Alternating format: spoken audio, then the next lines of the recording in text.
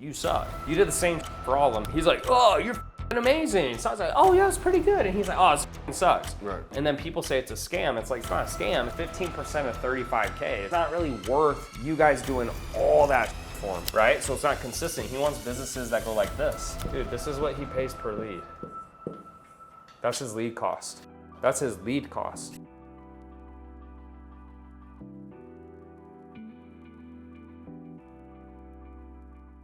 Sam Bell, I'm the founder of the Social Ads Mentor. It's a digital marketing agency, so we specialize in building high-ticket automated webinar funnels, sales funnels, and running ads. We primarily work with coaches, consultants, and service providers. I started my agency back in 2009, and from there started a coaching business in the real estate space, built a software platform in the real estate space, and actually started running ads for customer acquisition on the Google Display Network back in around 2009. So that's how I got into like running ads and building the funnels and things like that. And I realized that it was an opportunity to actually just run ads for other people. When Facebook obviously came out, started running ads on Facebook. And we primarily now focus on Facebook, Instagram, Google, and YouTube, and those pretty much the majors. So even before then, I actually owned a photography company, but this is like circa 2001, 2002, so digital photography just came out. I was living in Atlanta at the time, and I was actually working in the nightclubs, so I had contracts, so I went to some of these different clubs and got contracts, so I was the picture man. So that's how I kind of got into like just business and entrepreneurship. Fast forward maybe like a year or two, I transitioned from like the nightclub scene to doing actually IT administration. So I wound up working for the U.S. Army Corps of Engineers as a network administrator, doing like maintaining like the damn computer systems because we worked on certain projects. And so as a IT administrator, you have a lot of downtime. So I would be on the internet like figuring out like, well, how can I make money online? So that's how I got into the internet world, right? And learning about internet marketing. I think I bought my first course from a guy by the name of Corey Rudel. I learned about like SEO from like Stompernet back in the day, like this like 2006, 2007. Andy Jenkins, Brad Fallon, they did like this whole Stompernet thing teaching about SEO. Was also another guy that was on their board by the name of Howie Schwartz, and that's where I learned about, Black Hat SEO, SEO optimization, and things like that. So that's where I actually developed the skill sets. So I mean, I've known Tanner for a while. I mean, if you're in this space for any amount of time, like like kind of like who the players are, who's like actively out there, because you'll see their ads. Typically people are running ads for a considerable amount of time. So I attended this event, WebinarCon, he spoke there, but even before then, like I knew him and who he was. And he started doing these posts with these interviews that he's been doing with all of these super successful people, right? And I just thought it was really cool because I never really saw anyone like from our space who actively interviewed like ultra high net worth individuals and then actually disclose the conversations, the thought processes, and like the things that it takes to get to the next level. So when I saw him do that, one, it made me realize he understood the importance of seeking knowledge from other people who were more successful in order to grow. Oh, man. What's going on, Tanner? How you feeling, man? I'm good. Just long day, but I'm good, man. Good to see you. Likewise. Thanks for calling, bro. Yeah, Where absolutely. you from? West Palm. Oh yeah? Yeah, Cool. yeah. So just hop in a skip. Yeah, right down the street. We actually met. I was telling you, we met in WebinarCon. Oh, did we? Yeah. This is probably makes sense. Yeah, it's probably like 2022. I think it was the one in Austin, the last one that they had in Austin. Oh yeah. Okay, cool. Yeah, so. Yeah, dude, it's like at those events, it's. I'll just kind of lay out the model. So Okay. So we're an agency. We have two core offers. Like ad agency? Yeah. Okay. Yeah. So we have two core offers. Basically full service done for you with strategic partnerships. So for that, we're looking for businesses that are at least at 25 to 50,000 per month that want to grow, and we do basically retainer rev share model with those businesses. What's the retainer? 5K retainer. So just 5K that plus like percentage? Yeah, percentage. It ranges anywhere between like 15 to 25% rev share. 25%. Okay. Man, that's a lot. Like, is sales or collected? Like collected or sales? No, so Collected cash? It's actually collected cash, but we actually back out ad spend too. So okay, so it's like if they do $100,000 collected and you spend 20K, it's 100K minus 20, and then you get 15 to 25% of that. Correct. Okay, cool. All right. Yeah, got it. So that's that model. The other model is on the done for you SaaS side. So we're also a GHL white label partner as well. Yeah. So we're looking to acquire more customers on the SaaS platform. Okay.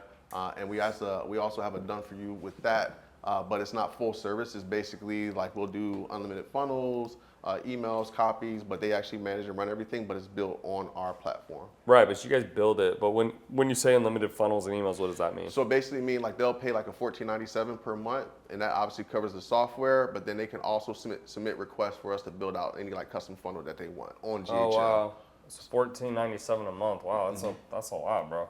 Yeah. How many people are on that? Do you know? Right now we have like 4 or 5 people that are paying. Okay, so like why not, I guess like, well, okay, before I start going, and then what's the goal? So the goal in terms of revenue, we want to get to 500K per month. Like that's the target number. So 500K per month, and then what are you at right now? Right now we average probably like between 40 to 50 right now. 40, 50K, okay. All right, and then how many clients do you have up here? On that side, we have around 8. 8. All right. So whatever they're doing must not be that much, because if you have like I'm just trying to do the math. If you're doing like 40, 50K, you have 8 clients here, give or take. Let's say that's 40. You're not getting very much here, so they're not that big, right? No, not yet. They're not scaling that much. Okay. And you only do the ads for this, right? So like we do everything for that too. Like what else? So we'll do funnels, automations, copy, basically everything. Like when you say funnels, like so we'll build. Does it come from like a template though at least, or are you guys like literally like from scratch? So we actually have multiple funnels already pre-built. So I have webinar funnel templates. We build automation. So we have frameworks and skeletons for everything done, and then we'll customize it based on whatever their offer is, right? Yeah. So if it's a webinar funnel, we'll do all the integrations. We'll customize it. If it's a VSL funnel, we'll customize it for them. Okay. So yeah. I mean, okay. So my initial thought is, I mean, done for you is really hard to scale, bro. I mean, and that's kind of what you're doing. So it's easy to sell. It's very hard to fulfill. Like I would say done with you is like, I don't know, it's like harder to sell, but it's like easier to fulfill, right? So we'll just say sell, fulfill. Like done with you, it's like, I'd say it's easier to sell, but then it's like much harder to fulfill. And then the other problem too is like, I think on average, it usually attracts like worse clients, because a guy like me, I'd be like, well, I don't need you to do everything for me. Like I already have a lot of stuff. Like I just need you to do this one thing. Right. So I think the first thing like is if like you genuinely want to get to 500 a month and you want to run an agency model, I think you might need to like possibly rethink like how you do it, because I mean this isn't really that bad. Like this isn't that bad. I mean some guys will do like there's different things they'll do. They'll usually do like a base and then percentage of ad spend. You guys are doing a base plus rev share. I mean that's better for them, but if they're not growing, it's not really that great for you, and you don't have that much control over like their sales process and stuff like that. That's the one thing I don't like. So I will say one of the things that we have done with this particular model when we take on strategic partnerships is that we're actually involved in that. And that's also can be an issue because we're also kind of providing strategy. They're not big enough. Like this doesn't work unless it's a really good partner. So like what Herman's doing works because he's like, yo, they're doing at least like, I mean, mostly they're doing at least 3 mil a year. Most of them are getting bigger, and he's doing stuff like outside the coaching niche now, because the coaching niche it's just up and down. There's a lot of moving pieces. Sure. So I personally would not recommend doing this because, but unless they're bigger, because the problem is like they can't do it. That's why like I get people all the time in my DMs who say, oh, can I partner with you? And I'm like, no, because like your ceiling is literally my floor. Like there's nothing you bring to the table. So I think the issue here is like if they're not even at 100K a month and this is where they're at, the problem is like they're too small. They're not even good enough to like really execute. And so the problem, I think you're just gonna spin your wheels and get really upset. To me, it's like, I don't think you need to do any of this. I would just cut the partnerships out personally. I mean, this is your decision, but like, I'm just telling you, like, I don't take on any portfolio companies that are not doing at least minimum like 100K a month collected with high profit. So like if they're doing 100K a month, they got to be doing at least like 70K collected or more. Because it's like not even worth it for me, because a lot of times like I usually have to take like 50% if it's this small, because it's like, I mean, bro, it's like I have a company right now that I'm a portfolio owner. I own 50%. And and I'll get a check each month for like 25, 35 racks. But it's like, when you're doing millions of dollars, it's nothing. It's like, yeah, okay, it pays for my lifestyle, right? And I don't mean that in a douchey way. It's just like, it is what it is, right? And so with these people here, they usually have sales issues. They have like client fulfillment issues. Like, they're not really established. And so what's going to happen is you're going to end up running the business for them. But it's like, you might as well just you already run your business, you get 100%. So why would I run your business and get 15 to 25%. So what model would you recommend? So what I would recommend instead is like, you can do the funnels and automations and emails. Like, here, I'll tell you what my agency does, right? Because I have an internal ad agency. I just don't really market it that much. But like, what I like to do is this, is like, I think the first thing is you look at what does a normal agency do. Okay, so a normal agency typically, right? It's like just ads, right? They'll do ads, they'll do like, when I say ads, I mean like run them and make them, and then they'll usually do like the copy, and maybe they'll do the strategy, but even then it's like, you can't really usually count on them to come up with a strategy, right? Mm-hmm. Now, if you guys can do that, that's good. So like what we do with ours is like, so I'll say like normal, we'll just do like normal agency. Sorry if it gets a little convoluted. Mine, so I'll say like mine. So like what we do is like, we'll run the ads, okay? We'll edit the videos. We actually will consult them, which is like, that might be too much for you, but remember my main company, I'm gonna get a different marker. My main company, Elite CEOs, is a consulting business, right? So we're basically just like, okay, yeah, we'll run your ads, but we're gonna coach them through, because what's the issues with most of these companies? Their messaging sucks, their sales calls suck, their funnels like whatever. So we run the ads, we'll edit the videos, we'll help them like set up their funnels and stuff, right? Because we have templates, right? We'll help them set up their emails. We won't write them for them usually. We have a copywriter, so we'll have a copy guy. And then the media buyer is usually the one who's in charge of the strategy, right? And then what we do is like, we just do a flat fee, and then, you know, like we usually, for us, like we're not getting huge business owners typically, you know, because a lot of us are coaching clients. We'll get a few, but usually we're just charging like a flat rate of like $3,800 a month. Now, whatever that rate is depends on like your cost, because for your cost to acquire a customer, if you're running ads and stuff, that goes up. We'll get into like how you're getting these clients in a second, but like for really, dude, for me, like the people that I would probably have you look at that possibly would be good role models would be like, you know, like you might do, like, I know has one. I don't know all the particulars around them, but I know the agency model can be very tough just because like, you know, it's constantly like clients come in, clients go out, etc. But it's more sustainable to do done with you than done for you, unless these partners are fucking huge. So like Gary Vee has a massive agency, but dude, they're working with like Apple and like Coca-Cola. I mean, it's like totally different. So I think that my concern with this is they're not skilled enough. So what's going to happen is they're going to be asking way too much of you, and for 15 to 25%, it's not worth your time. Like 5K, I mean, even if they're making like, let's say this company, let's say you're the biggest one, so it's doing 50K a month. Let's say after ad spend, they also get to negate like their costs of fulfillment and stuff, or is it just, okay. So like, let's just say like ad spend, like you spent 15 grand. It's like, okay, for 15% of 35K, it's like, it's a little bit, but it's not really worth you guys doing all that for them, in my opinion. It's like, dude, that's like, if I had a company where I was doing their emails, their funnels and stuff, I had a guy this year who wanted to partner with me. Great offer. I wanted to partner with him, but he was like, yo, I want your team to do all my operations. And I was like, dude, you'd have to pay us at least like 50 racks a month. Because you want me to run your company. I'm like, I'm not going to run your company for like, you know, 10 grand or 20 grand. I was like, I'm going to need like 50 G's because you want my whole team to be the strategist, right? So if I were you, what I would do is either just a flat rate, or you do a base, and then like you can do a percentage of ad spend. So what about the GHL model, where it's basically done for you, where we're actually putting people on the side? Yeah, it's just really high, bro. This is super fucking high. Yeah, let's look at that. So let me erase this. Okay, so on the agency model, there's nothing like, I'm not a huge, the agency model is just tough in general. So I just want you to know that, like, even if you look like, I don't know where he got, like, cause like back in the day he used to run ads for us. And he was mostly in-house before he took off and started doing his own thing. So he's like probably one of the best media buyers in the space, in my personal opinion. I don't know that well. I know there's some other guys, but I know like to get small business owners and get to 500 a month, I mean, even if they were all paying you 5K, I mean, that's what, 100 people. Dude, that's a lot.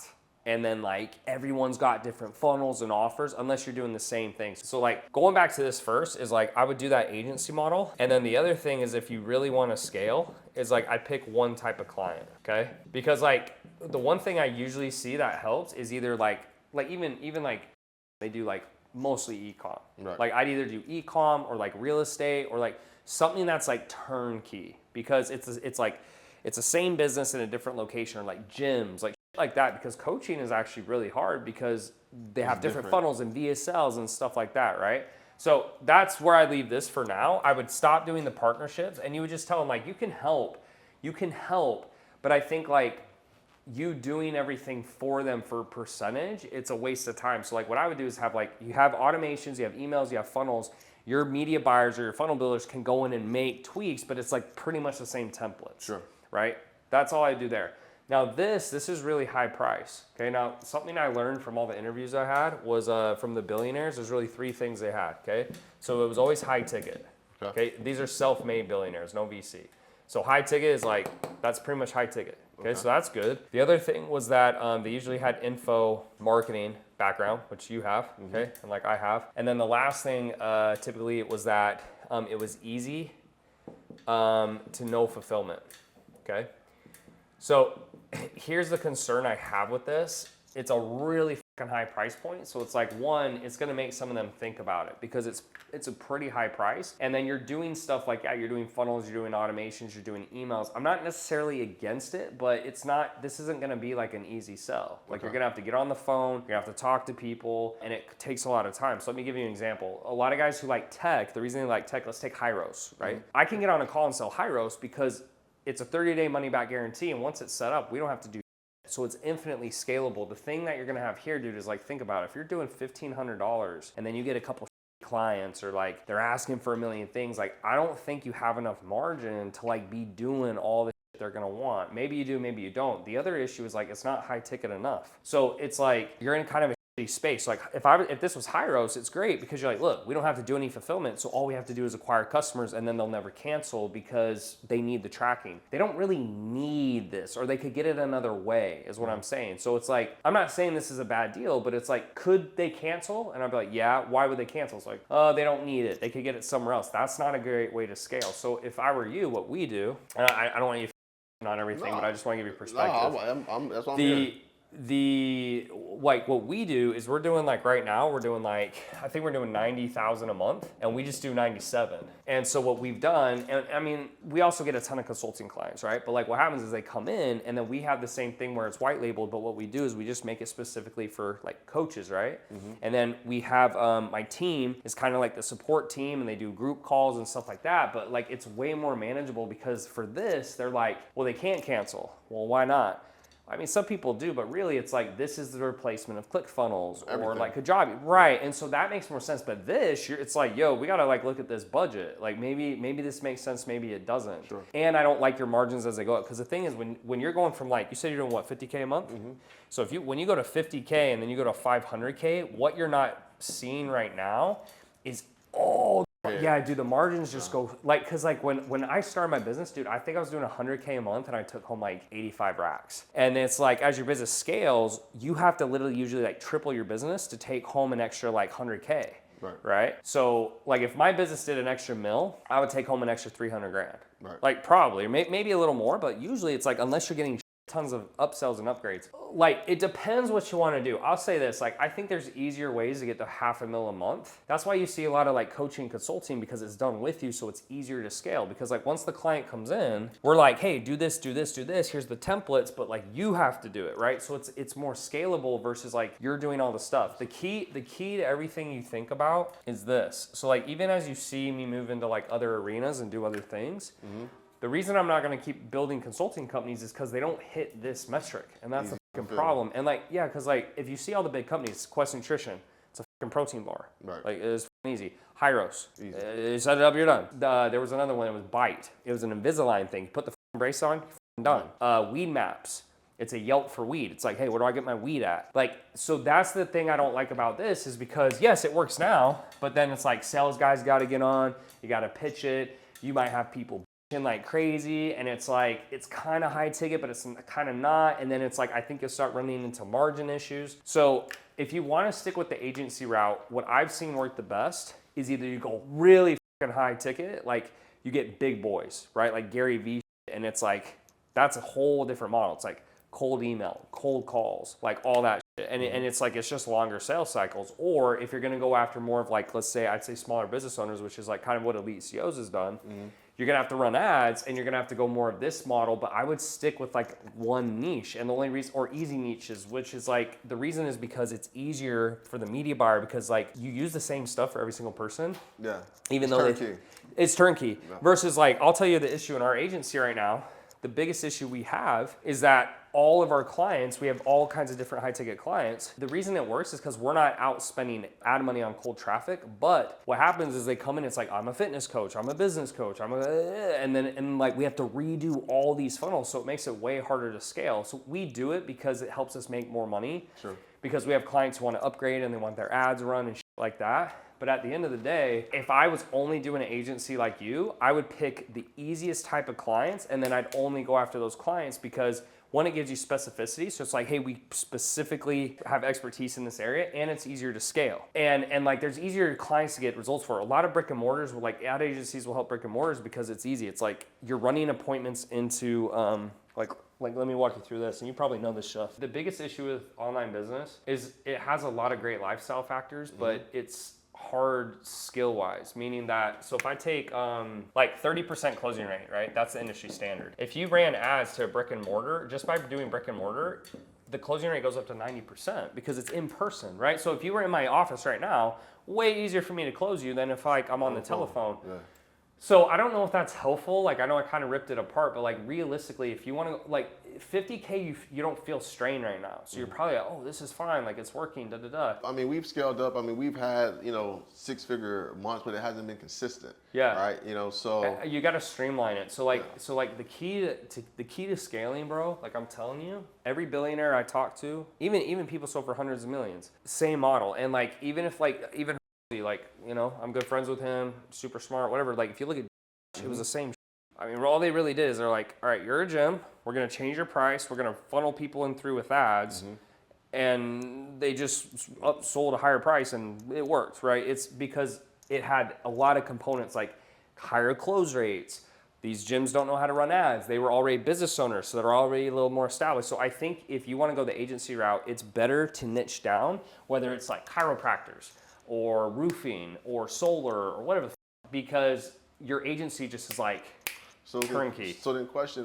So going back to the SaaS, because like for me, like that the SaaS model makes more sense in terms of scalability as well as also valuation if I ever want to exit, because trying to exit an agency like is yeah. I mean, agencies you still like as long as you have a long-term retainer. So that's the other thing. If you're gonna go with the agency model, get long-term retainers where it's like they're on a 12-month retainer or a 6-month retainer, because if you have those longer retainers, it's easier to sell because then when they buy, they know that they're not gonna immediately all cancel, right? Exactly. This is a good model. I mean, like, look, I'll put it to you this way: if you could go to cold traffic and get a bunch of people to pay you $1,500 a month, great, but I don't think that's how you're getting clients. My guess, and I want you to tell me next, is you're getting clients and then you're upselling this, right? Is that accurate? Yeah, so basically when people come to us, I'll do a call with them, right? So I'll do a call and I'll assess, say, okay, well, how much revenue are you making right now? Like, where's your business at? And based on what they tell me, then I'll say, okay, well, this is probably a better fit for you at this point because you're not making enough revenue for us to even take you on as a full service client. So, but this, you can at least get everything done, but you're still responsible in terms of like the day-to-day. So this is your downsell. Yes, that's more of a downsell. So how do you get clients? Is it referral or ads? Or both? So both. So referrals, ads. I run content ads. I run messenger ads. But even with that, man, it's like hit and miss because. Well, that's what I want to know is like, who do you target, and then do you know what your costs are? Yeah, so coaches, primarily. My messaging is geared towards coaches, consultants, and course creators. Right. So it's kind of like more of the general, like kind of business. Yeah, it's not specific to like, hey, real estate coaches. Right. Hey. So tell me like what your numbers are typically when you run. So like, how much do you spend? What's your cost per lead? What's your cost per app? Like, do you know those numbers? I don't have all those numbers. I will say when we are actively running ads, I would probably say my cost just to get a DM is probably around like 15. What do you spend a month? Start there. How much do you spend a month? Probably around 6,000-7,000. Okay, so let's just say 7K, and then how much does it cost per lead? Right around 10 to 15. That's Okay. for like a DM. Okay, let's say 15. Yep, DM, and then what's cost per app? So how much to get a call?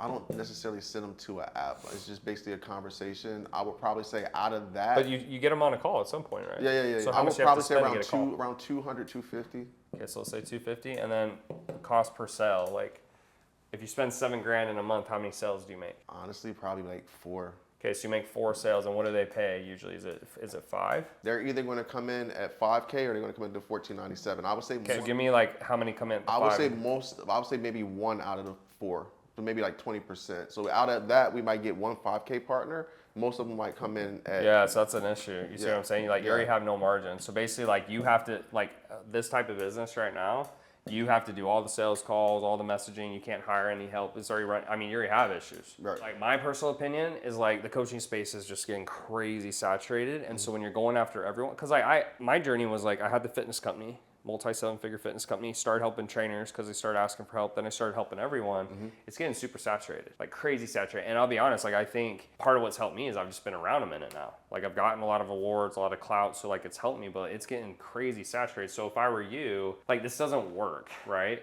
So it goes back to what I said before. I'm not like, this is a great downsell, but I mean, that's not sustainable in my opinion, because like, what if they drop off? And like, let me ask you this, like, how many people have you gotten in? Like, how long have they stayed on the plan? Stick rates maybe like 3 months. Yeah. So that's an issue too. You see what I'm saying? So like, Yeah. you got all kinds of issues. So like, in my opinion, your issue is you're trying to serve everyone. And the other issue is that like the percentage and all that. So like, in my opinion, what you need to do is you need to niche down and you need to pick something specific. Look, some people will do this. Like, they'll go to a roofing company and it's cheaper, but it's easier. So like, yo, pay us $2K a month. But they'll get like 20 per media buyer, right?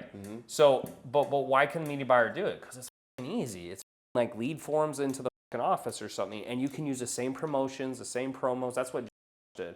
Again, like, it's got to be easy to fulfill, right? It's got to be easy to fulfill to scale. And like what you're doing right now, like, that's why, like, I told my internal ad guy, if you're going to grow the agency, then what you need to do is we need to go after like a specific niche. I said the same thing. I was like, I don't want to like run for coaches. Now, if a coach client comes in and they're like, yo, I want to also get ads, well, fine. That's easy, because it's like, yeah, we already have it here. There's no cost of acquisition. They already came in as a client. It's an upsell. Okay. That's different. But I'm not trying to scale the agency like you, right? But if I'm trying to get to 500 a month, like, I don't think that's going to work. And the margins have to make sense, right? Like, this doesn't make sense at all. So what about the impact then if we just focus primarily, say, on GHL? So what if we switched it up? I know, but I don't think like you're going to be different enough, because everyone's got white label GHL. Sure. The difference for us is like when they come in as a coaching client, like here's what's really happening in my business right now. What's happening in my business is like they'll come in from the ad and then they buy coaching, right? And then from the coaching, what's happening is it's like, oh, you need a CRM. We got that. Da-da-da. It's like, oh, you need ads. That's fine, we have that. It's like, oh, you need closers, right? We have a lot of stuff they can upsell, but if you're just running ads like straight to that, it's like, again, like, what are you gonna run it to? 97 a month? And then if you're not gonna run it to that and you're gonna run it to this, it's like, you're just gonna run into margin issues again, probably, because it's not gonna spread word of mouth, I don't think. Like, Hyro spread word of mouth, because it was like, oh my God, it's tracking, and like, people can't cancel it. Like, this to me is not something they can't cancel.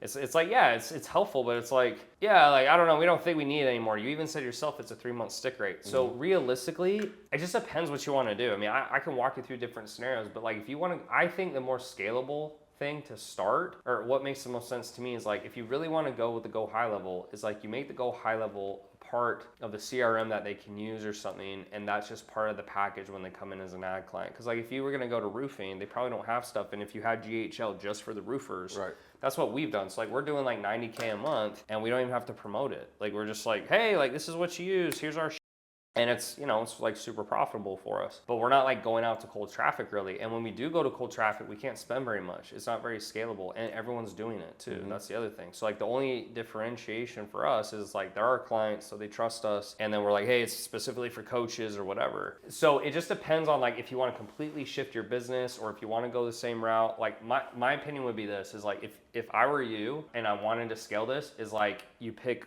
one niche or a couple niches that are really easy, that are super specific, that are turnkey. And then when they come in, you could give them GHL, but it'd be at a much lower price point, or you could sell them that too, but you wouldn't be running ads directly to it, right? Like if you're selling this on the back end, that's fine, but you're already running into margin issues right now. And I think part of it is like, it's super saturated, bro. And like, to be frank, there's not a lot of companies that can run ads because they can't afford it. Like they just can't. That's what's cool with like maybe a roofing company is like they get big deals, right? So they're getting a $20,000 roof installation or whatever, you feel me? So they can pay you $2K a month to run ads. Right. A lot of these coaches, bro, like I'll be honest, like when we ran like an ad for ads, a lot of them can't afford it. To be frank, like a lot of them can't afford it. And a lot of times they need more than that. They need consulting help, which is why like elite CEOs make sense for a lot of our clients, because they don't just need ads, like they need all kinds of. So it's really consulting with ads, or it's like really consulting with like setters or something like that. So that would be my opinion to you. And you make it more of like, if you really want to do the agency route, you just make it for a more turnkey model that hits this, and then you can sell this on the back end, whether it's the $14.97 or you do like a $97 version, or you just completely switch what you're doing. So like, I'm not gonna get into it too much on this video, but like what I did is like my next business that I'm building right now that's behind the scenes is I was like, what can I sell for high ticket that is in the same industry I'm in now? And it's not that I hate the information marketing business. It's just, it's by nature, the issue with the marketing business is this, and this is what people don't understand. So people get really pissed and they say it's scammy. It's not really scammy. It's just the clients are dumb. So the issue is like Hyros, the reason it scales, stuff that scales gets the same results for everyone, right? So Hyros, no matter if you're smart or stupid, it tracks it the same, right? Right. Doesn't matter how smart you are. If you look at Invisalign, if you're dumb or smart, you get braces. Uber, you get the same thing, even though Uber's not a good example because they're broke. They've never made any profit. But the point is that you're getting the same results. So what's the issue with ad agencies and consulting? Different results across the board. Yeah, because like John's a 1, right? Sally's a 5, and George is a 10. So George, you know, he's like, oh, you're f***ing amazing. So I was like, oh yeah, it's pretty good. And he's like, oh, it f***ing sucks. Right. You did the same for all of them. And then people say it's a scam. It's like, it's not a scam. It's just you, right? But you also can't service people that way. So what I've done is I go, okay, the advice I got was like, Tanner, what can you do in the same marketplace that you already really understand that's a big need where they won't cancel and it's easy to fulfill? And I'm like, and a lot of times the reason people do tech is it hits that box of this. Yeah. That's why tech gets high multiple, because you don't have to do anything. Right. It's just like it's software. Software, it does all the work. That's why consulting doesn't get as high multiples, because there's a lot of work. There's a lot of overhead. Like, you know, we just hired a bunch of new coaches like just the other day. It's a lot of, and then it's like this coach coaches well and this coach doesn't. It's like, that's the constant battle with that type of business. So you either stick with this model and do it that way, or you rethink everything and you start thinking here. The issue with this though is that takes a lot of brain power and you have to think it through. It's not that easy. It's like, that's what makes it difficult though, because it's a good product. It's like, what can I sell for a high price where I don't have to do any work? I'll just give you a different example. Okay, so like right now, a lot of people are doing like the AI sales calls. That's a perfect example. So why would that make a lot of sense for people not to cancel? Well, look, if I make $1 million a month and my sales team gets 100K and it's like, yo, if you pay us 10K a month, we'll do all your sales calls. It's like, I'm gonna save $90,000. And if it closes at the same clip, I'm not gonna, all right, that makes sense. The issue is it's not that good right now. Right. Like, it's really not. It's pretty much customer service. The ones I've heard, they're not that good. They're just not. They're not gonna close a deal. Like, if you could look at different issues in the people you help and find something that's like a real big pain point, and then something that you could actually fulfill on, that would be super easy. That's the route you need to go. And that's like, I'm maturing and I'm getting into my new business ventures. That's the stuff that's gonna hit 9 figures. That's the stuff that's gonna hit 10 figures. Even like what did, if you think about it, it was an easier model because it's like in person, 90% closes, just run ads, they're already business owners. Like, there's a lot of pros to that business model. But at the same time, it was like, if you look at like what Alex is doing with the other stuff, he's doing the same thing in his portfolio. It's like he's trying to find companies that can get results fairly easy, and that's why he stopped taking on coaching companies as portfolios. Like I talked, like he doesn't do it. The reason he doesn't do it is why? They're like this. Yeah. Right? So it's not consistent. He wants businesses that go like this, right? And so he's now bought like mortgage companies, life insurance. There might be some like tech company deals he does. So I thought about the insurance as a niche in financial services because, again, so there's a correlation obviously between, so my background's in real estate, Yeah. right? So, Yeah. so there's a direct correlation between financial services, insurance people. Yeah. And so this is definitely something, there's actually a marketing company, and basically the way they built is through acquisitions. So they basically have an agency, and all they do is lead generation, and they're basically partnering with all these independent agencies, and they're basically taking commission because they're basically they're making the agents pay for the leads, right? So they're self-liquidating all their lead costs, and then they actually get paid on the back end because they get a piece of the commission for every policy that's sold. Yeah. So I mean, like I said, you can do whatever you want. I just think like that's the thought process you need to think through. Like if you really want to hit 500K a month, like the model you just had, like you ain't gonna 10x that. I think you're gonna run way too many issues, and it's way too competitive. And if you even look at like a lot of the big agencies, like I can almost guarantee you, probably like most of their clients are like e-commerce and like that. Like they're not coaching companies, because coaching companies are more volatile. There's more like the funnel's got to be better, and the VSL's got to be better, and there's just a million things, right? That's been my experience, right? And I've been doing it for 6 years. So like for me, that would be the way you would do it, or you just need to think completely outside the box and do something else. Now, it depends where you're at financially and stuff too. Like I don't think you should shut the whole thing down, but it just depends on like what you want to put your time into. Like for me, I think something I was really telling for me, and I'll break it down for you on the board. Like pretty much when I started, so it was like 2018, like so 2017 to 18, like I did $1 million in the fitness company, right? And then it was like 2018 to 2019, I literally did 10. I was like, oh, and then 19 to 20, I did 15, and then 20 to 21, I did 20 plus, and then that's pretty much been the trajectory. And so like once I got to like 20 to 25 a year, it started to peak out. So you could kind of look at my trajectory like this. Like it was pretty much like, it was like pretty much like this, and then it started to peak. And then like that's kind of like where my ceiling's been. Typically what I see in the industry, bro, is like 30 million's like the ceiling. That's the cap. For consulting. You saw he was doing $2 million a month, he's out. You saw even like, I want to say they're probably doing around like, probably that. Like, I don't know what Becker was doing a month, but similar. And the reason is for what I told you. So when I hit that, it was actually a blessing in disguise, because I was like, man, why can't we scale anymore? Because dude, we were spending $500,000 a month, $600,000 a month. I mean, that's a lot of fucking ad spend, right? Yeah. And so I started getting upset. I was like, man, why can't we push this? Like, why can't we go anymore? And really it's just the margins stopped making sense.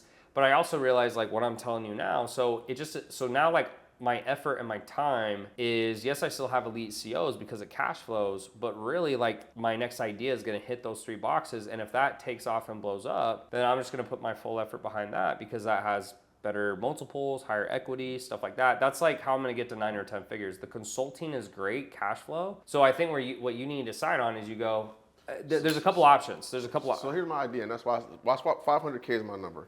Because the way I look at it is, again, going back to real estate, I look at this business as from a revenue standpoint as is really a cash cow for me to just basically take and build my real estate. Right. Okay. So that's what I was going to ask you. So you have 3 options. You have 3 options, right? So the first option is like you keep it where it is. Like keep where it is, okay, and then you start the new thing. Okay. So you're like, all right, we're doing 50K a month. I'm going to just keep it like mostly on autopilot, get a client here or there, whatever. Okay. Option number 2 is like you could literally shut the whole thing down and then you do the new thing. So it's like there's pros and cons to all of them, right? And then the third thing is, if that's what you said, is like you grow this business, you're going to learn more skills, right? And you're going to make more money.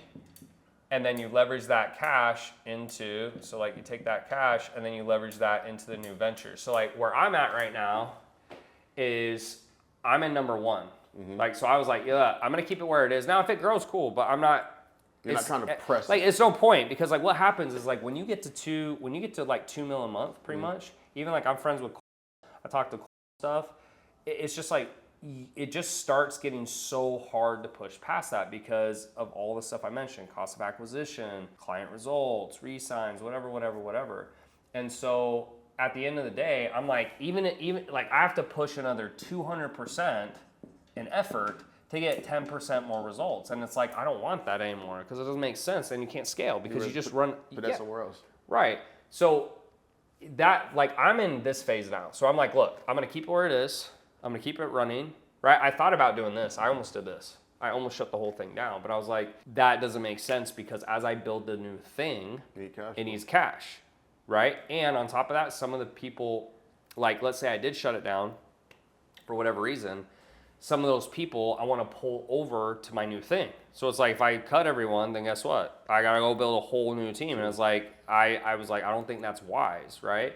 And then this one here could be what you're doing. So like if you try to scale to 500K and you're just like, hey, look, I know this isn't a long-term thing, but you want to use it for that, you could totally do that, right?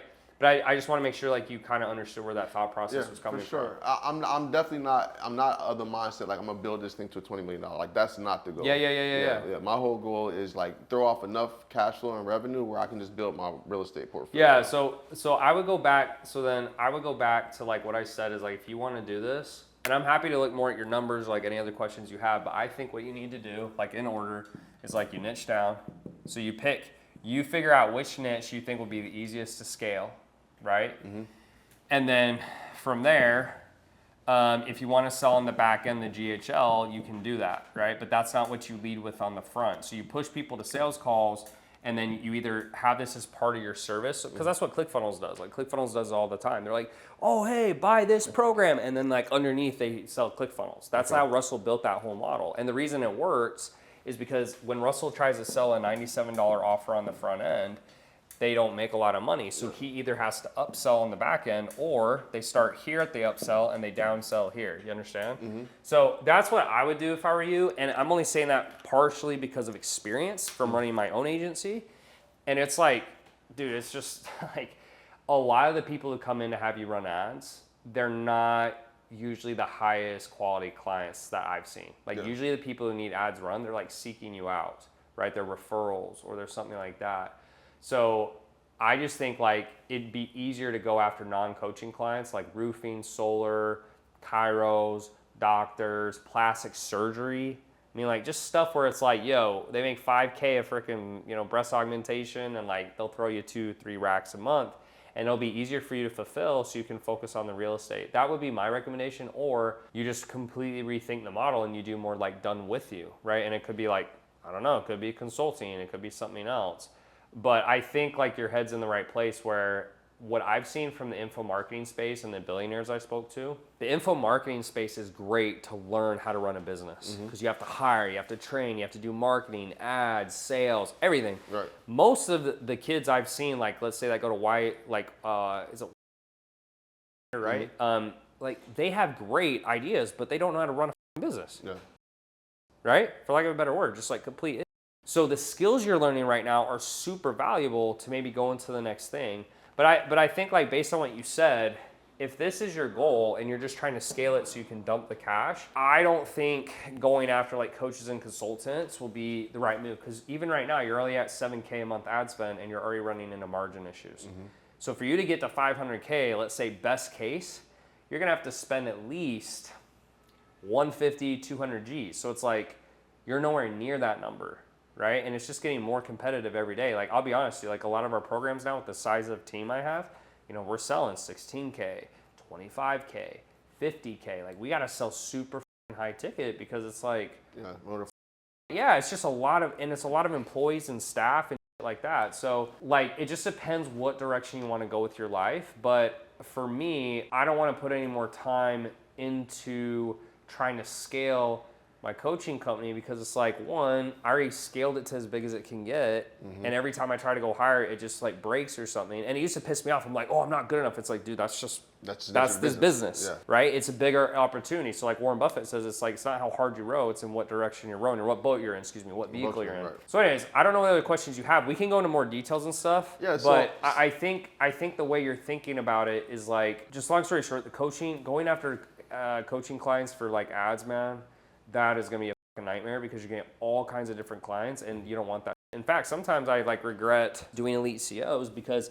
that's part of the issues we have is you get different clients with different offers, and that creates a conundrum sometimes, versus like when we only did trainers. It's the same shit. It's the same shit every time. Yeah.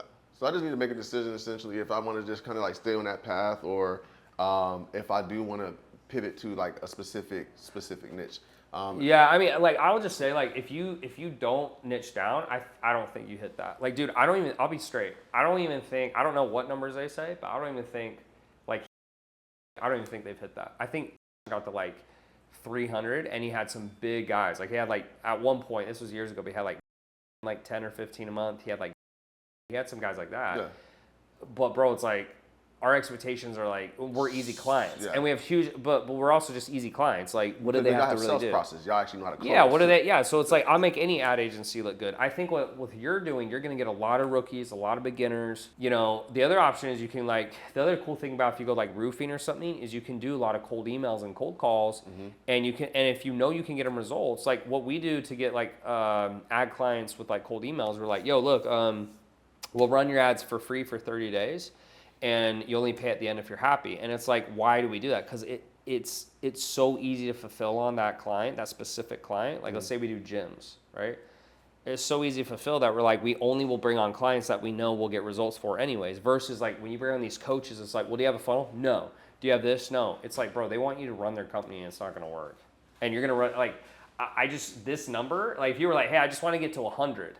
I'm like, just stick with what you're doing. Just spend like 15K more, you're fine. But you're like 500, it's like, I don't think you'll get there with that model.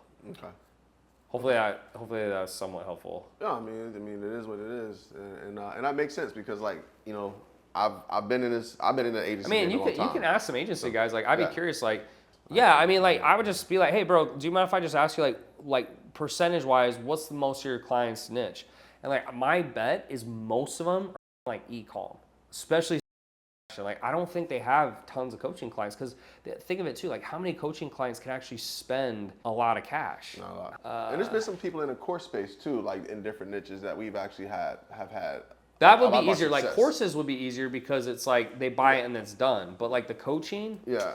So some of our best success in terms of clients have been working with clients that actually have courses. Yeah, just like that they buy it and that's it. Yeah, they have courses. I could see that. Now they still have coaching, but that's a backing, but we're able to make enough money. That makes sense to me because it's on the course side. Yeah, because they don't. It's just like it's an automatic funnel, so it works or it doesn't, right? Yeah. But as soon as you start getting sales teams involved, if the business owner is not a good business owner, they're gonna blame you. Okay, so let's talk about that then, because like some of our best clients, he has like a real estate course offer. We got another client that we're working with, like she has an invention course offer, and the price points. I mean, we're able to run that on average at scale anywhere between around 3.5 ROAS. And when I say scale, meaning that, you know, we're doing at least like $150,000-$200,000 in terms of revenue per month with that. So then maybe focusing more so on people who actually have courses that have the potential to be scalable. I feel like that's a typical ad agency. Is they're all like, oh, are you a course creator? It's like, oh, are you a coach? Like, if we go back to your $7,000 of ad spend, that's the only other issue I see. So it's like, if you were like, hey, I spent $7,000 and I made 50K, you know, it's like, oh, cool, but all day. But you're not. You're basically breaking even. It's like that. Okay, if you're already having issues right now, I can look at some of your processes and try to see what I can fix. Like if you want to go through that, if it's like, hey, let's look at your funnel and what you say and stuff like that, maybe just doing that, you know, will fix that number. But I just think realistically, for you to 10x the business, like going after those clients, I don't see it, bro. Because like we're doing it right now just from clients who come in with no ads, and we're charging $3,800 a month for most of them or more. And like even that, it's like just to fulfill on those clients, like it cuts margin dramatically. Like, because we have to have, we have four media buyers. We have three media buyers, a CS and a CSD to like manage the media buyers, right? And like even that, there's no cost of acquisition per se because they come in as a coaching client and it's an upsell. So one of the questions that I did, just from the current model as it stands now, so in terms of like, what would you say is like one of the best acquisition strategies, you know, if you are going to go like high ticket or course? Yeah, I'll show you. I mean, this is how we get clients. And I'm cool to walk through your funnel or if you want me to look at anything on your computer. But I mean, the basic funnel is usually, right, it's like ad, opt-in, you know, webinar, VSL, right, and then a call, right? And then typically most people just have an email, right? So most people have issues because they think it's the ad's fault when in reality, their VSL's trash, their sales team's trash, and their follow-ups are Like there's no follow-up, right? What we do, or what I've seen work the best, like, so what we do is this: we go to DMs, then we go to VSL, then we go to a call. But on the back end, the difference with us is like we email, we voicemail, we text, we call, we do Facebook group, we do retargeting ads, right? And so what happens is the team is messaging every single lead.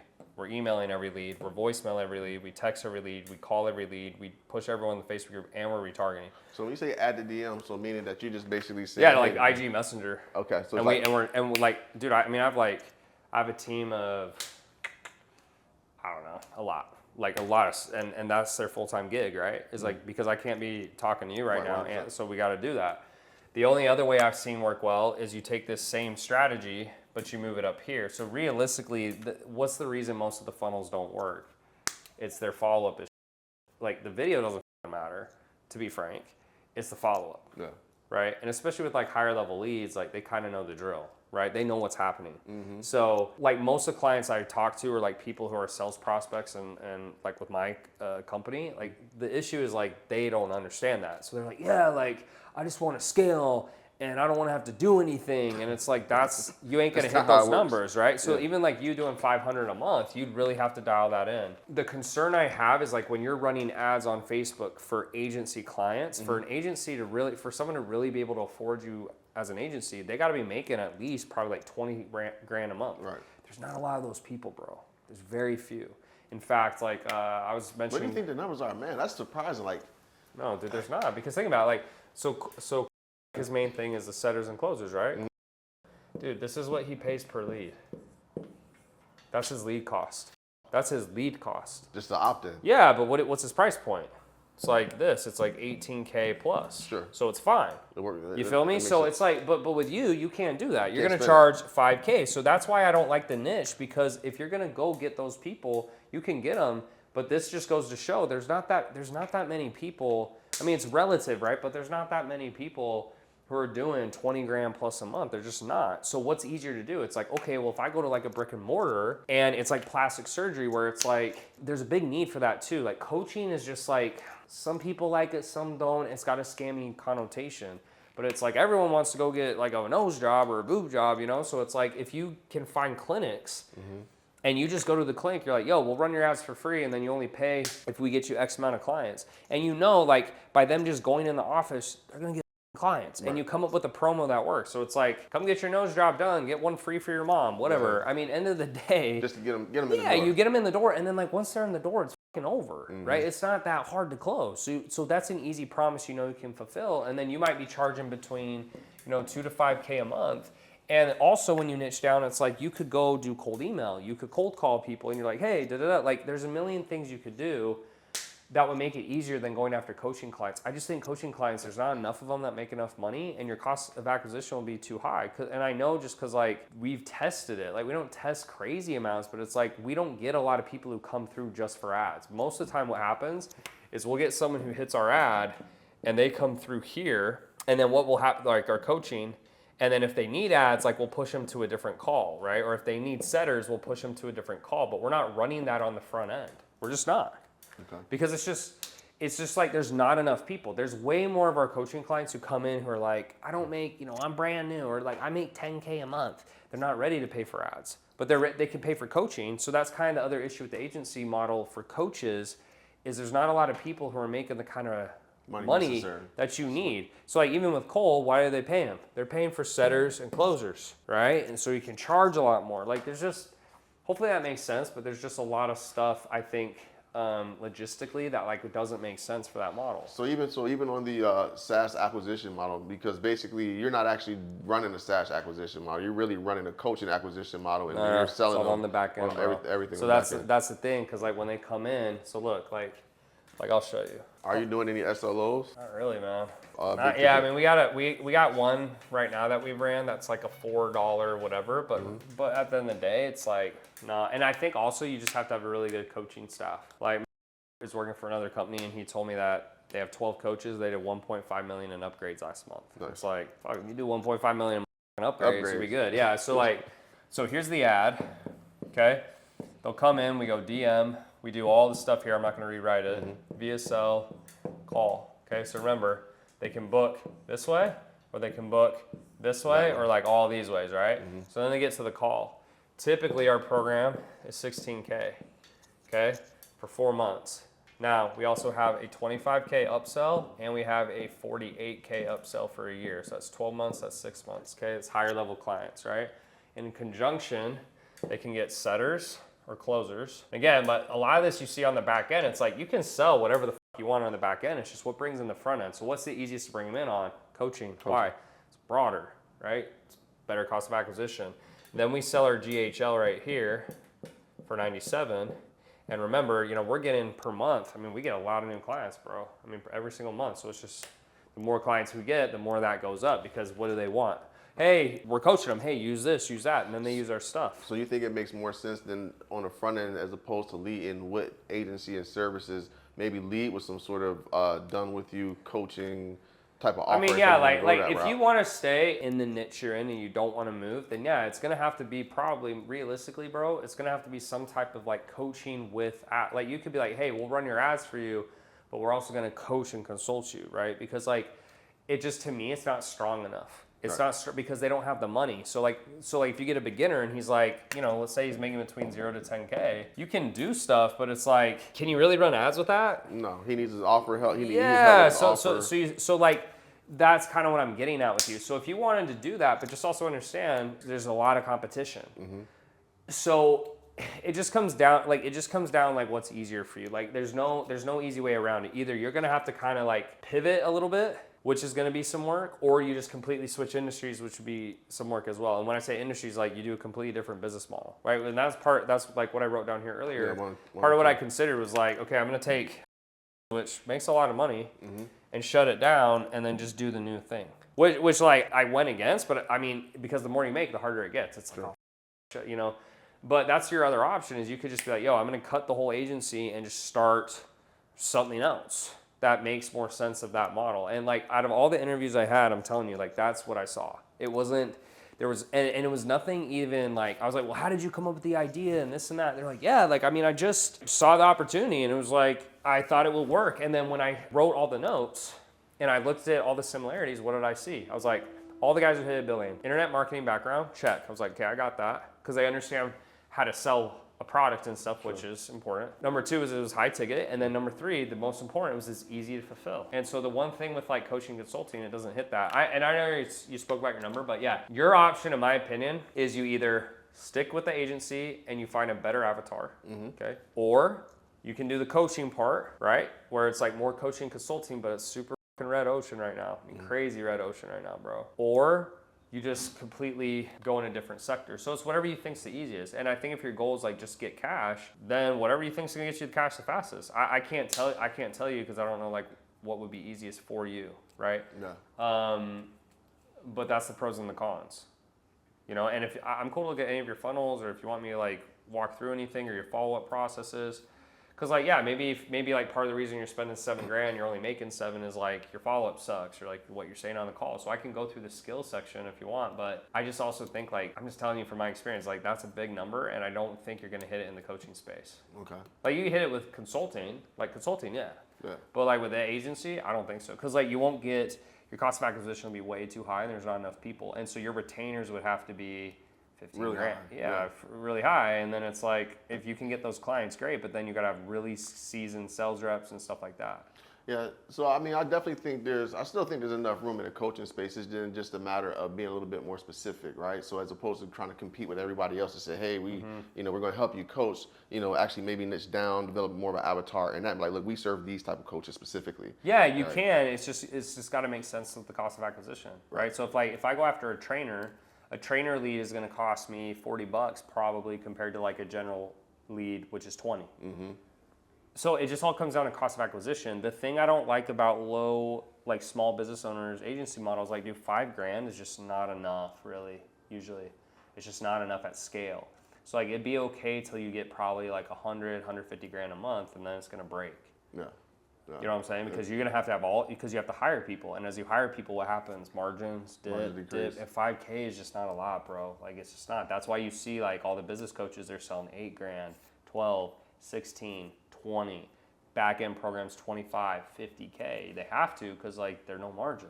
Got it. And then, so even with the SaaS model, just kind of like based on your experience, it still is going to require basically have to either sell that as part of a package. You don't really, Or you have to have crazy upsells because it's the same issue, bro. Like if you run ads on the front end for like a go high level for $97, well, you're not going to get anyone to buy for $14.97 without a call. So that's number one. So let's say you even did 97. You could get someone to buy for 97, but it's the same issue. It's like, let's say you spend 10K on ads and you get 5,000 back, you know, so on the SLO, right? A self-liquidating offer for anyone who's watching. But the problem is like, then you got to upsell on the back end. So what are you going to upsell? Coaching. Probably coaching. I mean, coaching is the easiest to upsell because it works for everyone because you're just like, hey, like you're not at your goal. This is why. We'll help you get there. Versus like agency, it's like, oh, you need ads. You're like, well, I'm only at $2,000 a month and your agency fee's $5,000. It's like, oh, that doesn't work. Right. You understand? That's the issue I've usually seen running ads. But again, like I could be completely wrong, but I've just ran $20 million of ads. So it's like, I've tested a lot, bro, and I've seen a lot. And like, I think ultimately, like the way the coaching space is shaking out is you have to do some type of coaching to get to liquidate enough ad spend, because like if you're only going after like, you know, these top echelon clients, there's only one way to do it. You go super high ticket. One of my portfolios, actually, like I'm super pumped about it. His offer is 25 racks. So dude, he can spend 10K to get a client. All day. And they'll wire it too, because it's a type of day trading where he's like, yo, you have to have this net worth. They have to be accredited investors, and it's like it's a wire. So they wire him 25, done. And like, so this month he's spent $2,000 and he's already got a client. So what's his ROI? It's like 24,000% or 2,400%, excuse me. So it works, but it's either you got to go super high ticket, right? Or you got to go more broad in general, and then it's got to be some type of coaching typically, because the margins won't make sense. And I'm just talking about 500K. If you were coming and you were like, yo, my goal is 100 grand, I would tell you I'd be like, yeah, just stay the course, get a couple more clients. Let's look at your funnel. Let's optimize it, whatever. But you're trying to 10X the business. Like it won't support that, I don't believe. And if you find someone, I'd be very curious to talk to them. I haven't seen it. Okay. Well, yeah. I'm definitely going to reach out. I'm just surprised to hear that. But I mean, it makes sense. But yeah, just think about it. Like, who do you know that has an agency of only coaching clients? I don't know one. I can't think of one. Yeah. I literally can't. Like, I'm like, okay, I know he has e-com clients, right? And e-commerce is easy because it's like, yo, if you're doing like e-com scales like this. Yeah. It's very linear, right? Like coaching doesn't work that way. Coaching's like this, bro. Yeah, you so products on the e-com. Yeah, side. So like, I mean, if you know someone, let me know. But like, I'm thinking of all the agency guys I know. I don't think there's one guy that I know that has like all coaching clients, and it's because the fulfillment's because it's like fitness offer, you know, relationship offer, wedding offer. It's like, and then when you run ads, you're like, oh well, we're only going to go after this type of coach. It's like, okay, so all the coaches who aren't that, guess what? They're going to see your ads. Like, even if you get super specific and you try to like only hit those people, Facebook will still show it to people who aren't a fit. I mean, dude, like when I run stuff for trainers, we still get people who aren't trainers all the time, personal trainers. That's why our cost per lead so high. It's $40, yeah, because it's like, even if I type personal trainers, like Facebook, it's not going to be perfect. No. That's just been my experience. So like, I don't think 500 grand, I don't think so, no. Like, you can do the agency model, it's just not with that avatar. I don't think so. And if you look at the bigger companies that hit 30 million in the space, it's coaching. Yeah. It's some type of coaching. Even was like, done with you, right? I think they have some done for you elements now with like running the ads, but think about it. If you're running the ad for 20 gyms and you run the same ad, who gives it? It's easy. So you see what I mean? It's turnkey. It's the, you know, conveyor belt, excuse me. So I don't know what other questions you have, what you want to go through. So clearly there's some things that I need to work on from a model, from just the business model standpoint. Yeah. But in terms of like team building and specific KPIs, like what does that look like? Because like our strengths right now, like we're great on fulfillment, like hands down. Haven't built the acquisition side, right? Because that's pretty much like rests on me. So like just kind of understanding like what would be the focus? If I say, okay, I'm going to focus on the agency coaching model, but leading with coaching, like what would be the hires and what they need to make and stuff? Well, the hires and like what would be the initial hires, like the immediate hires in terms of like, you know. Okay. revenue. Okay, well, I mean, and are you thinking like how much you pay them, like what metrics they need to hit, stuff like that? Or no? Like what would be like the first key hires, and what would be like the target KPIs that we would need to focus on? Yeah, okay, so, I mean, the first thing is the coaches, but it sounds like you have those. So, like, as you're scaling, the first thing you need to hire is a coach, right? Because you got to get out of fulfillment. Like, you can't be in any fulfillment. Right. Fulfillment takes the most time and it's the least profitable. Now, don't get me wrong, like, you need upgrades and stuff, but it's like someone else can coach in the story. Like, that's just not the most important thing in the company. Like, you got to drive sales. So, once I get a coach, then usually what I'll do is I'll get a setter, right? So, it depends what the setter's doing. You have the two models, right? So, you have the add opt-in VSL call, and then you have the add DM VSL call. Okay. If they're here in the opt-in, then typically you're going to do a $1,500 base, right? Plus 3% of deals closed that they set, right? If you're doing the DMs, then typically like you're going to do between. So I usually do it's like 15 to 18 an hour, and then it's like bonuses on closes, right? You can also just do a percentage. You could say like, I don't know, 5 to 7% of whatever closes. But I mean, and these are all US based, right? Yeah, I mean, I would do it. I mean, every time I've not done it, because if they're more experienced buyers, you can't do that. Like if it's like, maybe it's like weight loss, but I don't see that. So that's usually the numbers. Now, typically what they have to hit is like, if they're doing this for hours worked, they have to hit 0.5 apps per hour. So meaning like if they work for 2 hours, they have to get at least one book call, right? For this guy, it's pretty easy because it's just all commission. Now, end of the day, like anything you can do commission is better because it's safer for your business. Because if they don't perform, they don't get paid. Right. Pretty simple. If they're calling, typically what you're looking for is if they do 100 dials. Okay, these are inbound, right? They're going to get 10 to 20% pickups. Okay. Out of the 10 to 20% pickups, they're going to set 2 to 5 depending, okay? Because again, like their job's to qualify. So don't get it twisted where it's like, oh, he sets a lot, he's great. It's like, no, how many sets close? Right? How many sets close? But typically it's going to be anywhere between 100 dials, they'll get 10 to 20% pickups. And then like, I think what you're trying to get from there is like, you'll get 10% of the sets that close. So like if they set 5 every 100 dials, then for every 200 dials, you're hoping they'll get like one set, right? So it's usually like 10%. Like the easiest way is think is like 10%, 10%. Like if you don't remember any number from today, just be like, what did Tanner say? It was like whatever dials they do, if they do 1,000, they'll get, like 100 pickups, and then they'll set like, it depends, like on the pickups, they're gonna set like, about 10%, right? So if I get 10 pickups, like I'll set. And what should you expect that in terms of close rates, right? Because they're qualifying, so those are actual qualified set calls. So what do you typically shoot for? So like 10% close, right? So it's like I do 100 dials, so I'm gonna get 100 pickups, or 10% pickups. At the 10% pickups, I'll get sets. And then out of those sets, like I'll get 10% that close, like something like that. And it can vary per offer. Like I've had some offers where like one of my offers is 20% pickups. One of my other offers is 5%. But that's just the average. That's the average, but that's kind of what you should shoot for. If it's like way below that, then like something's off, right? Okay. But yeah, it's usually like 10% across the board, right? So you can do the math on how much volume they have to do. And then if they're doing DMs, what we do is we just do hourly. The only reason we do hourly is just, it's like there's a lot of DMs, and what we just found was like, if we try, I don't know, that's just what we've done, and it's worked well for us. Are you incorporating any cold outreach in this as well? It depends where you're at. So like if you're just starting, you could do cold outreach, but like for us, once you get to a higher level, it doesn't make a lot of sense to do cold because you just don't get as much out of it. If you did want to do cold, what some people do is they'll buy different cell phones. I actually want to test this out. But every cell phone can have 5 like IG accounts, for example. Okay. That's how it works. So like what I mean by 5 IG accounts is you could be like Tanner 1, Tanner 2, Tanner 3, Tanner 4, Tanner 5, right?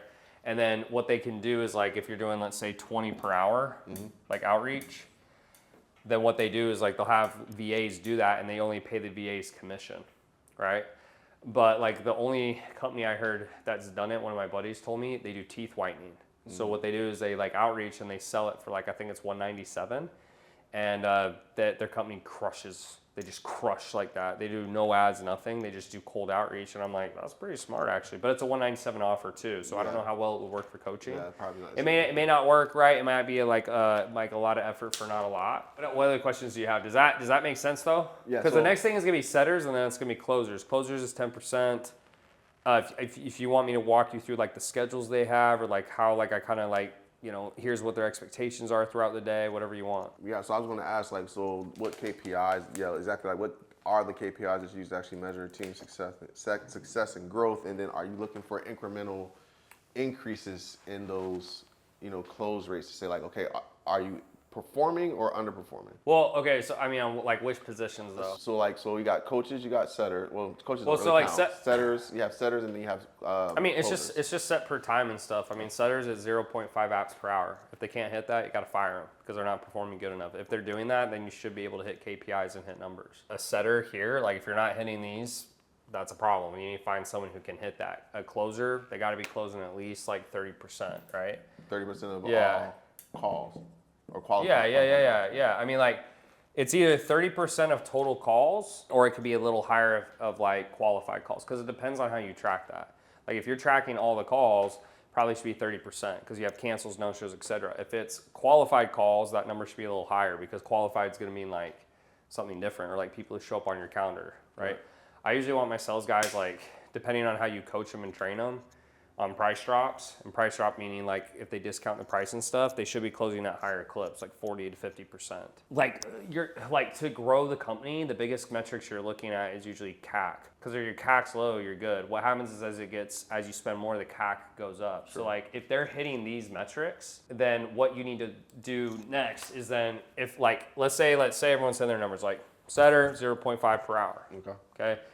They can be a little better, but end of the day, it's like if they hit that, it's usually like move somewhere else. The dials, if they're hitting that, they're good. If the closer's hitting that, you're good, usually. So then what you need to do is you need to look at CAC, okay? If the sales team is closing at a high clip, I'd say like higher. Like if the sales team's closing at like, let's say 40 to 50% and your CAC's too high, it's a marketing issue, right? If the sales team's closing lower and your CAC's too high, it might be a sales issue. So I had to work with the sales guys, and I had to get rid of some guys and train them. In one of my other businesses, it's a marketing issue. Sales guys are fine, but like we're just getting really bad leads, and like I vetted them, and I know from experience too. So the other thing you have to be careful of is what you're talking about, but that's really the only other metric you need to look at. Now there's the other metrics, like you have CTR, leads, apps, and then you have CAC. But at the end of the day, like people are like, well, what about this? I'm like, well, yeah, these are indicators. If you have a $2 lead cost, then you'll probably have a cheaper app cost and a cheaper CAC, sure. But it doesn't always work that way. Like for the example I gave you earlier, has a $70 lead cost, but it's like their CAC is like, I don't know, but if they're selling an 18K program, who gives it, right? So that's why I say CAC's the most important compared to like how much revenue you're making. So like, yeah, if your CAC's too high, you'd be like, well, what are you getting per call? Ooh, that's too high. Okay, so we need to go look at our messaging process, or like that's how you'd figure it out. But that's like the end all be all. Do you have a target percentage in terms of CAC? It usually wants to be max. I mean, usually if you want to be a lot of profit, I mean, to survive, it can be really high. Sure. But if you want to have a lot of profit, I would say 25%. Okay. So if it's a 16K program, you don't want CAC above $4,000. If it gets the highest it can get at scale is probably 50%, but then you're going to start running into margin issues because like you got to pay sales commissions and everything. Yeah, but it's like but it's like 25% is what you'd like. Like in a perfect world is where like for a 16K program, it's 4,000. Right? Or if it's an 8K program, you sell it for 2,000. So it's like it's that 4X. Okay. Right? 25%. Okay. All right, that makes sense. As the visionary leader strategy, like day to day, like what do you focus on? Like it's like, these are the things that I need to do within the business every single day. Well, so my job, I mean, it depends like where the biggest need is. So the first thing is like if you have any red flags or emergencies, like you have to fix that. So when I came back after a 6-month hiatus, first thing I had to do was fix the whole sales team. So the first thing I did was like I started listening to calls, I fired people, I rehired people. I mean, it was a whole mess. So the first thing is like any red flags or any huge things, like you have to prioritize. I mean, you just have to prioritize, right? So first thing is like any red flags, like you got to handle those. So like whatever that is, that could be, it's like killing the business, right? So that could be no upgrades. That could be, I mean, the two ways you're going to really kill a coaching business is sales, right? Or it's going to be upgrades with your coaches, right? So the coaches are not good enough or the sales guys are not good enough. That's the two biggest levers for sure. Because think about it, even if your sales are suffering or your CAC's high, if you're getting a lot of upgrades, you're good. Right. You understand what I'm saying? So when I came back, first issue was like, I shit you not, my guys were closing at 20 to 25%. Okay? Like, horrible. This last month, they closed at 48 to 54%. Nice. Okay, so what do you think that did? Yeah, Pretty good. Then we got rid of a bunch of coaches that something to be careful of is like, don't settle for good. You got to get great. You know the book Good to Great? Like, so meaning you'll fall into this is like you need help, you're stressed out, so you hire someone who's like, he's good enough. Like, good enough's not good, dude. Like, you want killers, right? So like we just brought in No. He's a big guy in the ClickFunnels community, built a couple multi-million-dollar companies. He's our new CSD. Nice. So like, you know, if like, let's say I was your CSD and you're like, yeah, Tanner's built, 8-figure companies. Could you think I could coach your clients? Yeah, I'd probably be like, yeah, this is what you need to do. Like, this is big. Why? Because if they're getting on the back end of my company, if we get these 25K and 48K, upsells, can't speak English. That's significant, right? But how are we going to get that? The coach.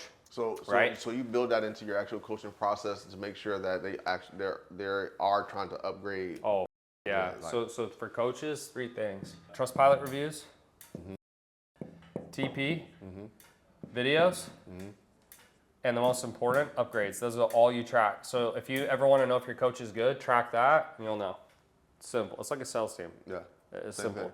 So there's no such thing as I'm a good coach, but I don't sell. It's like, then you suck. Yeah. Like, and that's the biggest advice I give you is for coaches, find coaches who can sell. It's not good enough to just be a good coach. It's like, there's only 2 ways to get upgrades as a coach. Well, it's 2 things: good service, good at sales. And they could either be like, the type of person who's like, it doesn't matter how they do it, they just got to do it. Right. Got to do it. So what I do with my coaches, by the way, is on the back end, we give them 10% of upgrades. Okay. It's like a sales rep. Yeah. So it's like, we give them super low base, and then we're like, you can make a lot of money, but you got to work. And then we load them up. And then it's like, we cap it at like, hey, you can only have these many clients, right? Okay. Experience trumps all, right? Where you're at in your business, you can't hire the most experienced person because you don't have the margin.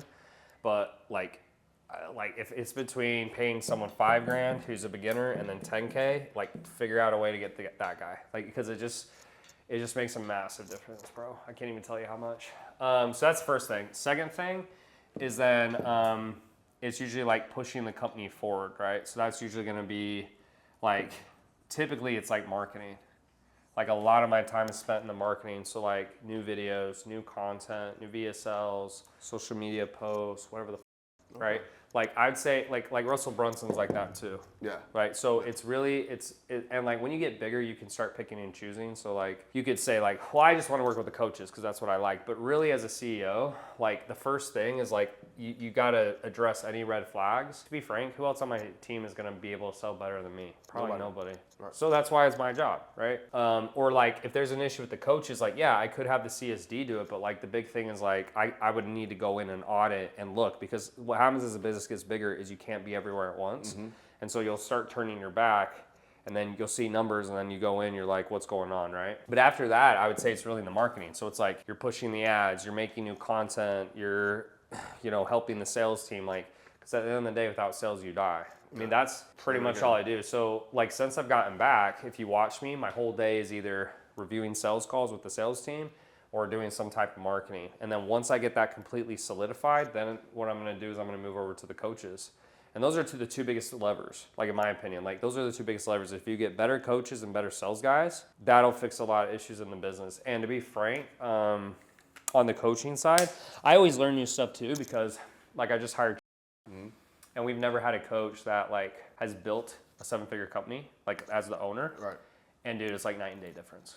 Like, I just can't even tell you, there's just so much nuance that he gets, like a guy like you as well, versus like if you hire someone who's never built a business, they just don't understand some of the nuance. Sure. Right? Or like a weightlifter. So I can go, I don't know what else you want me to go into, but that's pretty much like what I do. That's exactly what I was actually looking for. I'm just curious, kind of like what is that, And that kind of brings me to my other question, like what's your primary focus and role as head of the company? So that kind of answers that. Are there? Oh, and then the other thing, I'm sorry, to really is the hiring. Like once I put this out and that, like I don't let anyone else on the team that I don't approve. Because at the end of the day, dude, your company's only as good as your team. And so I believe like at the highest levels, CEOs, your entire job is building teams. So let's talk about that a little bit. So do you have your initial people actually go out and do the initial hiring, and then once they vetted them, then they come to you and you do the final? No, they can do like the initial interviews, but then I do the final interviews and I make the call. Okay. Right? Or if it's like a position that like I'm gonna oversee or like a sales position, I'll do it because I know what I'm looking for. So it depends. But yeah, we'll do, we could do posts on social media. You can use LinkedIn. I really like LinkedIn over Indeed. Indeed always shuts everything down. Obviously, you can get referrals, and then we just do a type form, just like you would.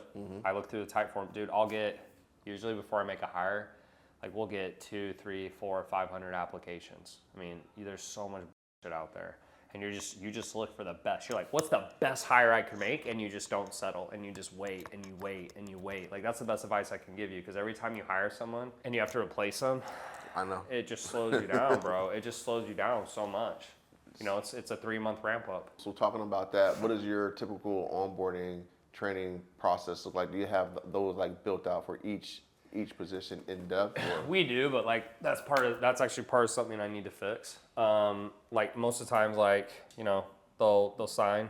So like they'll sign the agreement, they get an onboarding call, and then they get moved over to the manager, and then the manager usually will have them shadow. So they'll shadow, and then we reverse shadow. So it's like then the manager shadows them, and then it's like they move into the role, and then we just start doing like weekly check-ins or bi-weekly check-ins. Like the better they perform, the less check-ins. The worse they perform or the more new they are, the more check-ins, right? And again, like that's why you want to look at numbers, because if you're the CEO and you're busy and you can come here to your coaches and you're like videos, testimonials, reviews, and you see this guy's struggling, you're like, what's the deal? It's easy to know who to fire. Same thing for your sales guys.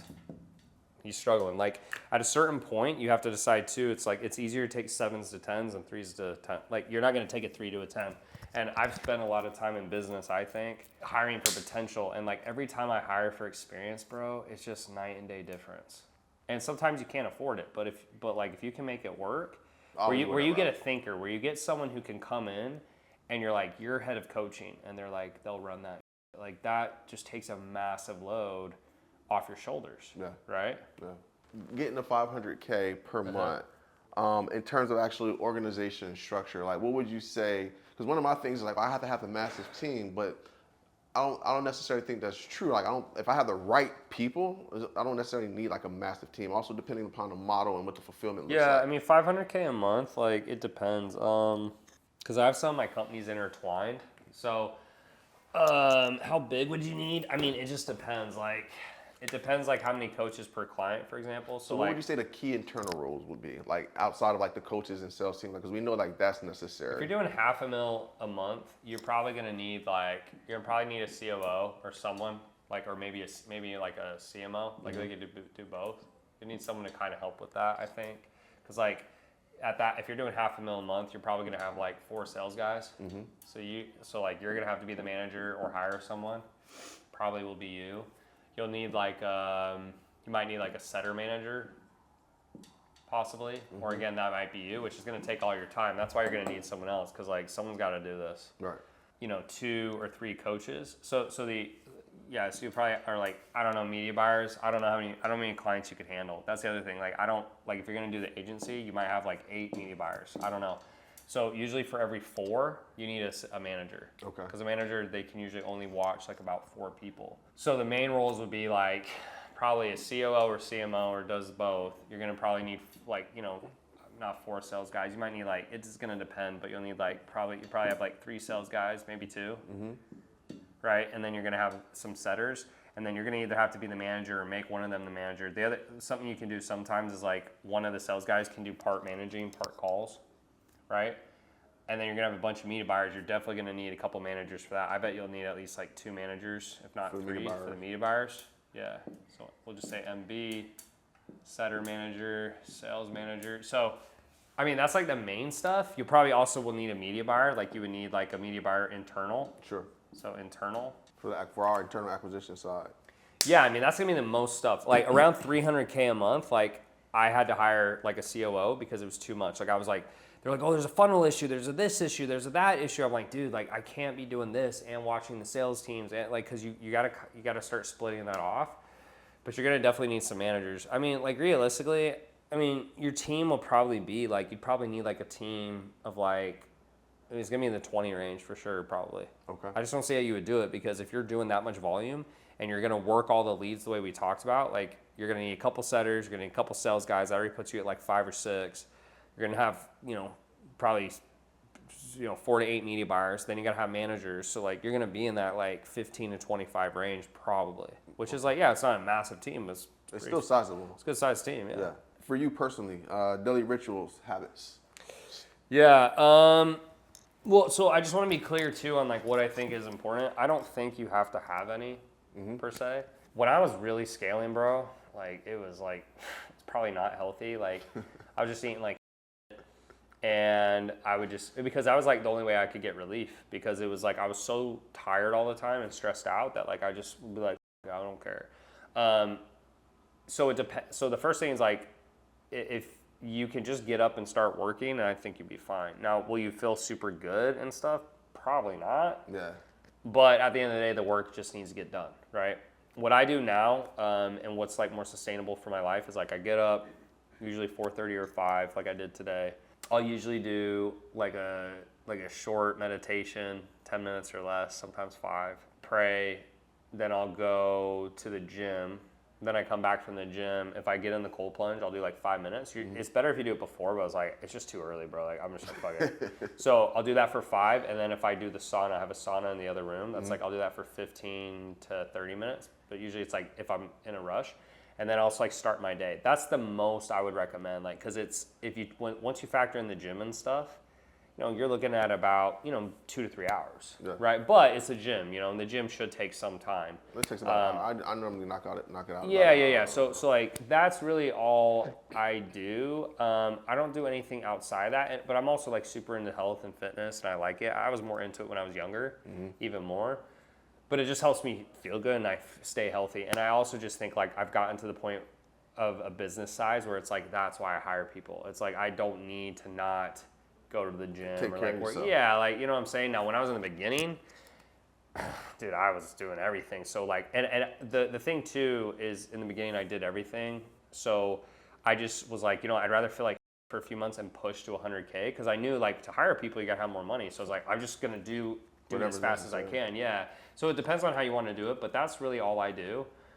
And then usually on the weekends is when I get ahead. So like during the week, like I'm kind of maintaining as much as I can. And then on the weekends, because people need me. And then on the weekends, it kind of goes quiet, right? Clients get quiet like that. And then that's where like I'll read books, or I'll take courses, or I'll work on the new business ventures. Like, so that's the other advice I give for you is like, you can have fun and enjoy your life. But realistically, when I really am pushing ahead and I'm doing my best, is like the weekends is how I get ahead. Yeah. Because like no one else works on the weekends, and it's like during the week you're busy. So if you're always like partying and drinking, like not this year, but the year before, I got into that a little too much, where like every weekend I would take off, and like I didn't really move forward in life because I mean, it's relative to every person, right? Sure. Like, I have very high goals, but I just didn't have a chance to get ahead because like I was always out eating breakfast or brunch or whatever. And it's not bad, and especially if you have a girl or a family, whatever, I get it, but I think like you need to limit it to some amount of time, where it's like, hey,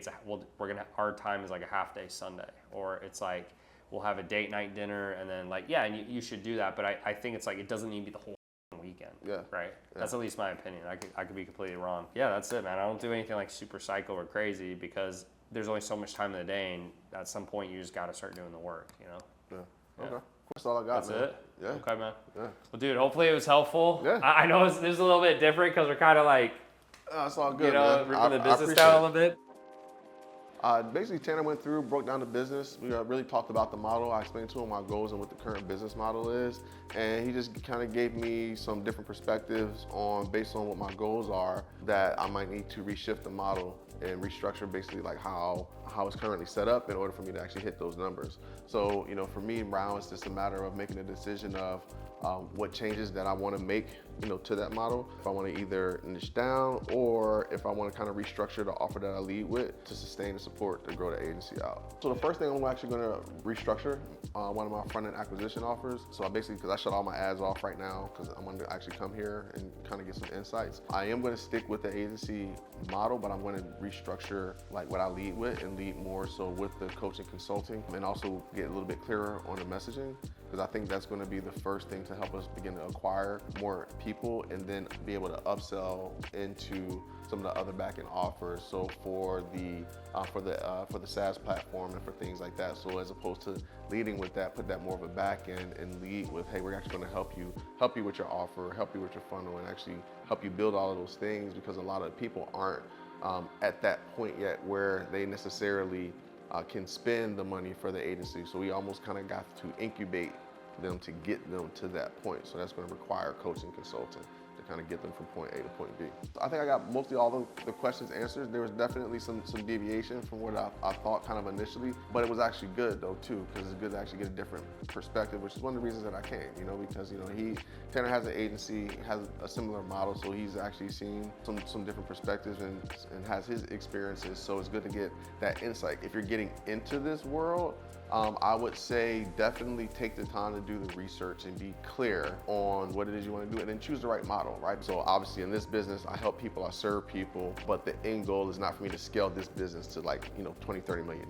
It's really to use this as a leverage point to fund, other long-term cash flowing assets. So I think it's really cool what you're doing, taking time out to give back to the community, give insights. I think, having the experiences and being able to actually share kind of the insights, I think is dope. So I'll continue moving forward, wish you much success, and yeah, I'll definitely be back.